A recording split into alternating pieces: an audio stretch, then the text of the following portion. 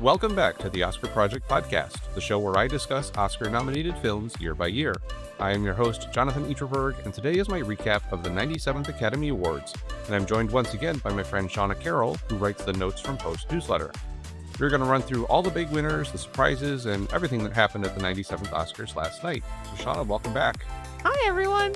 So I want to jump right in and get your initial reactions to kind of what your overall sense was for the awards last night. Yeah, I thought it was really good. I definitely enjoyed it. I think that overall there was no huge surprises, which was great. Yep, no major controversy, no Will Smith slap, no exactly announcing the wrong winners, nothing like that. Yeah, so. None of that crazy stuff. And there was I loved seeing Meg Ryan and Billy Crystal back together. So yep, there was some good ones that came out together. Definitely. And obviously, we got to start kind of at the end. The big winner last night was Anora, taking home 5 categories that it was nominated for. Sean Baker winning 4 awards in one night. Yeah, the most that a director's ever won in one night, which is awesome. Yep. And I was looking it up. I think it was he actually ties Walt Disney, so good company to be in there, who also won 4 in one night, but not, I think it was for more than one film. I didn't look too deeply into that, but back when he was making shorts and animated features, he was winning for all sorts of stuff. So, But yeah, Sean Baker's definitely in good company there. Yeah. Are we going to talk about Sean right quick? Yeah, go for it. Let's do it. So I just found it so incredibly interesting that he edited his own film, and then I did some more research on it and realized he's always edited his own films, and he's edited on Final Cut 7. And that Anora was the first one that he switched over to Premiere for.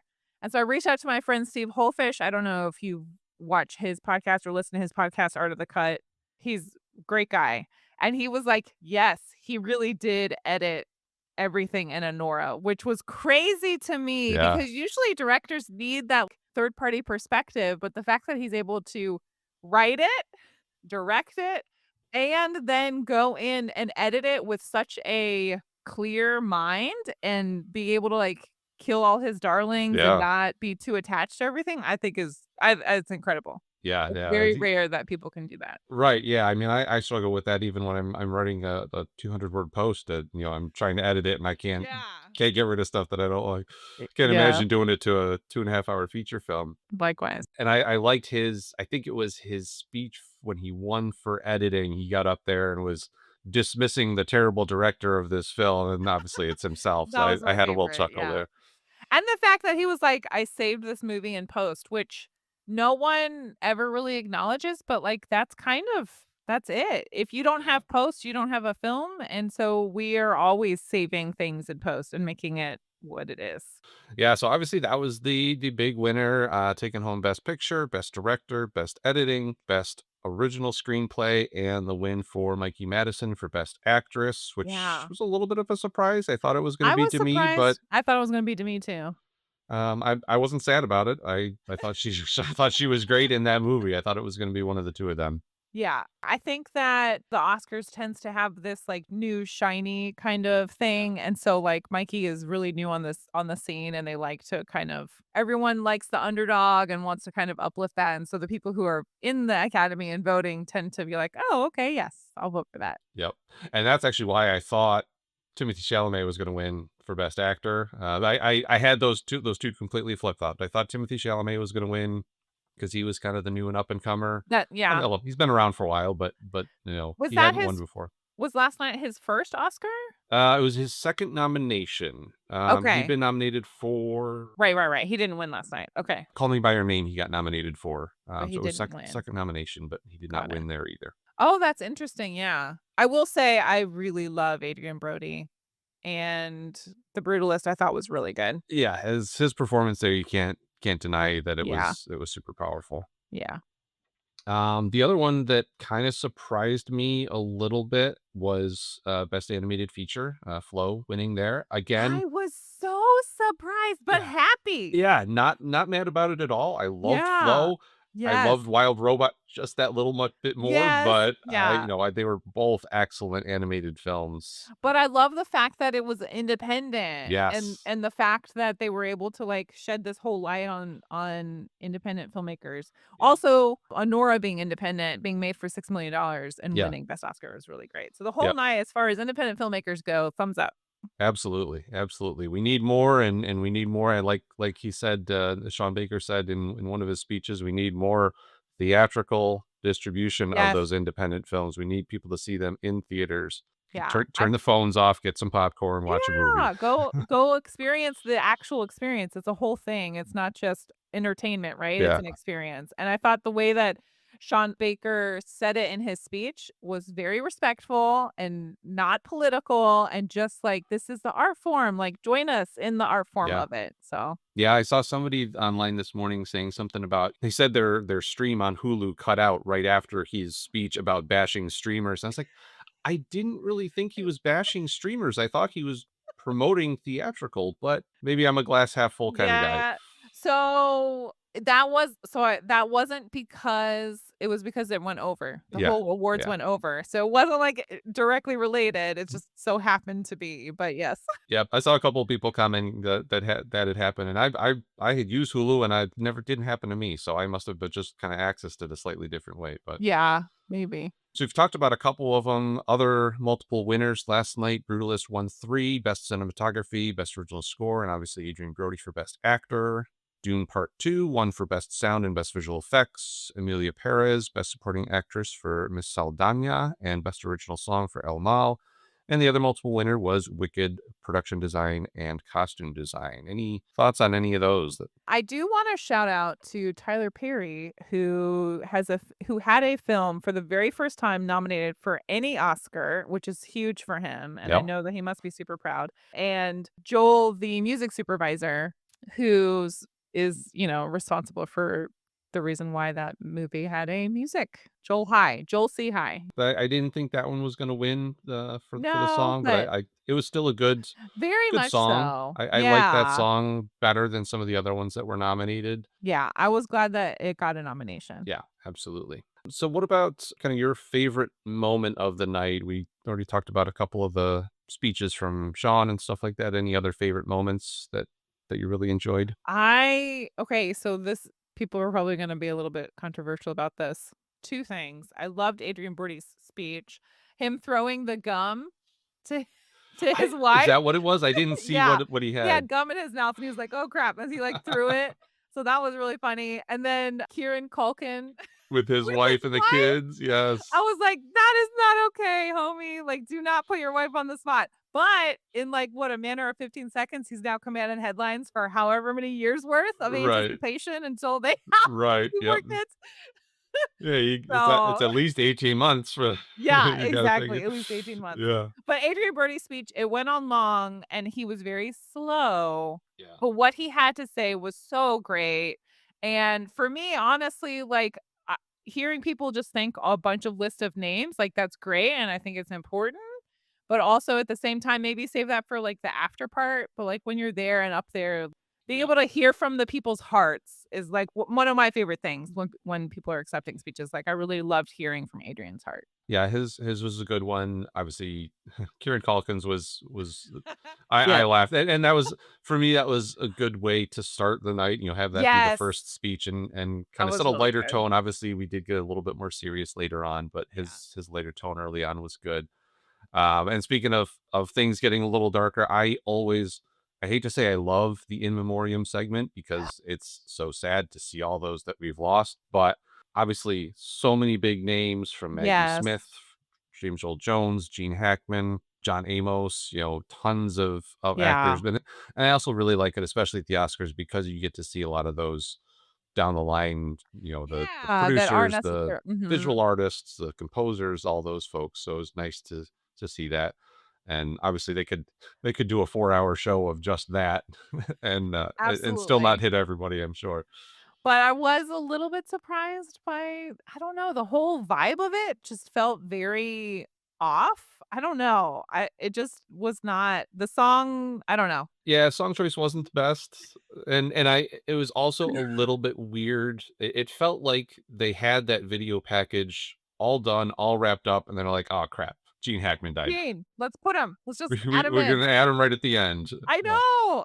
Very odd. The other, going a little bit lighter, the other bit that I really probably was my favorite bit, quote unquote, of the show was Ben Stiller when he came supposed to come up the elevator to do Yes. production design, and Oh my the gosh. elevator broke. I'm using air Yeah, yeah. quotes. I that reminded me a little bit of the whole John Cena coming out with nothing but the placard in front of Yeah, himself uh-huh. last year. The quote unquote nude. Yeah. Yep. Yeah. It was a clever bit. He was committed to it, so it made it Yeah. funny. Anything else that didn't quite land for you? Conan, I'm sorry. I just can't with him. Like, he just is, like, not as funny as he thinks he is, and, like, his whole we didn't need first of all, the fact that Flo didn't the other animator didn't get a chance to even say anything, and they were Yeah. not booed, sorry, shushed off, rushed off the stage, Yeah. and then we had 18 minutes of, Conan plus a song about not wasting time when he was clearly wasting time, and, all of that, I was just like, "This is ugh." And then the whole shoe thing inside of Demi Moore, and I'm just like, "We didn't need any of that. Like, can we just get on with it? Like, this show's not about you." I actually kind of I wasn't as down on him as it sounds like you are. I grew up watching him, when he was doing his Yeah. late show, so he's definitely an acquired taste. I'll give you that. But I enjoyed some of his stuff. You're right. The song about not wasting time, that was A waste of time. I see what you're doing. Get on with it.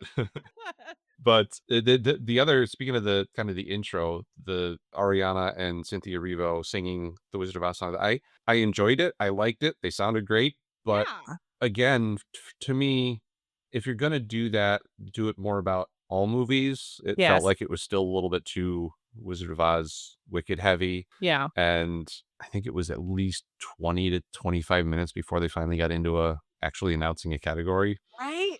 That's what I'm saying, It happens, but yeah. But, honestly, we could have saved the time for the people that won. That's my thing. yeah, yeah, That's what the night is about, not yeah, necessarily performances. I mean, some of that is great, but then the Bond tribute, another big waste of time. I'm yeah. like, "Really?" And the music wasn't even from Bond, the little bit in the beginning, but then the song, I don't know. Yeah, I was not crazy about that one either. The singers weren't really even have anything to do with Bond. There are so many great songs and so many great performers who are connected, right, Mhm. with that whole franchise. So me, if you're gonna do something like that, bring Adele back to sing Skyfall, bring Billie Yes, Eilish back to sing, the one that she won the award for a couple years exactly. ago. Yeah. Again, they're trying to highlight new talent, people who are less known. Okay, I get it, but you don't go to an Adele concert to hear somebody Yeah, else sing. You go to hear Adele. exactly.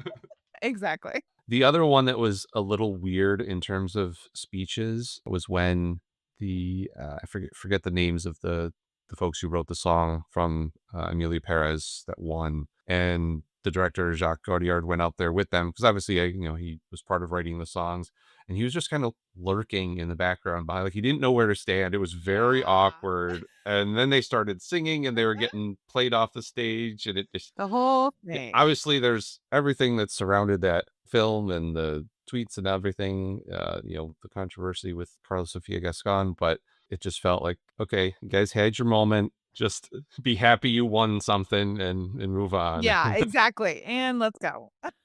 So we talked a little bit about surprises at the beginning. I mentioned Flo winning was a little bit of a surprise. I was a little bit surprised Adrian Brody won, especially after Timothy Chalamet had won the previous week at the Yes. SAGs. I thought Yeah. I thought that was going to be a shoe in for him. Yeah. I shouldn't have doubted myself. I had Adrian Brody all along, and then I saw Timothy win the SAG, and I'm like, ah, yeah, let's go, Wish let's I go. yeah. And then the other thing, and I feel really bad about missing on this, I missed my predictions on all of the three shorts categories, which Oh. considering that I interview film directors all the time, I got to go bury my head in the sand for that. Oh, that's so funny. Any other surprises for you? No, I think we've talked about everything that I had written down. What about your favorite speech? My favorite speech was Adrian Brody. Yeah. I really liked him, but I'm a sucker for Adrian, so I think mine was, it's a toss-up between Sean Baker, I think when he, won for Best Director, thinking Quentin Tarantino,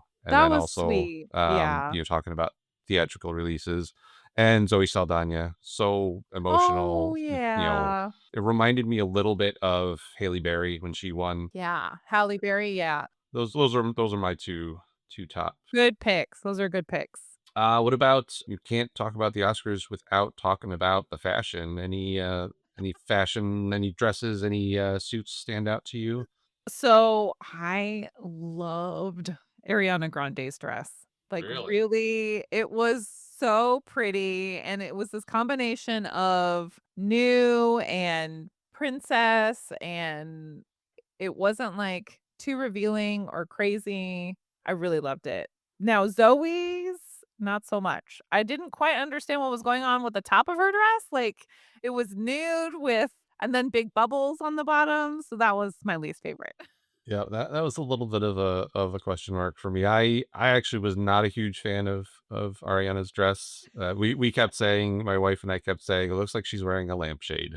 Oh, I like it when she, like, swishes from side to side. Yeah, It's just so yeah. pretty. Yeah, the one that I really loved, I thought Selena Gomez looked, Yes. gorgeous in her Yep. dress, and the other 2 were Elle Fanning. Elle has such great Yeah, yes. she was beautiful, and, actually, Lupita Nyong'o was there, obviously supporting Wild Robot, and she had a really pretty dress. If you haven't seen that one, definitely give No, I hers haven't. I'll a have to look look as that well. one up. Yeah. What about the guys? Anybody? I thought Timothée Chalamet with the yellow was great, honestly. Yeah, not everybody can pull that off. No, but he definitely did, and I thought it was great. I also like Andrew Garfield when he came out. Yeah. And he's such a sweet guy. I just wanna hang out with him. I Mhm. wanna hang out with him and give him a hug whenever he thinks about his mom.